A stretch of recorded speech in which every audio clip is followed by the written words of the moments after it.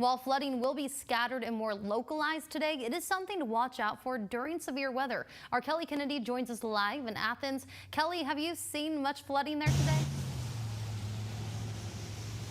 Connor, when it comes to flooding, we haven't seen anything too severe today, at least here.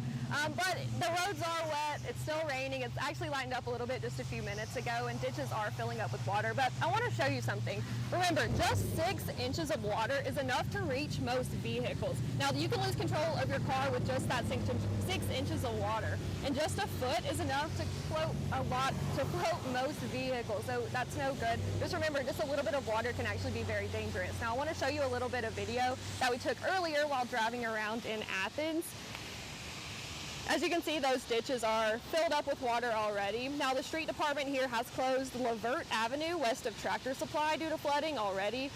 Now, flooding isn't something people in Limestone County aren't used to. Just remember, if you must get out on the roads and you see some flooding, some water across the roads, turn around, don't drown. Along with the potential for flooding, the wind gusts expected from these storms can cause trees and branches to fall. Crews have already had to remove a tree on Elkton Street earlier this afternoon. Now, if you haven't already, make sure you know where your safe space is, know where you can take shelter. Athens High School will open up as a shelter if and when a tornado watch or warning is issued for Limestone County, so watch out for that. No, Athens High School is a good place to go.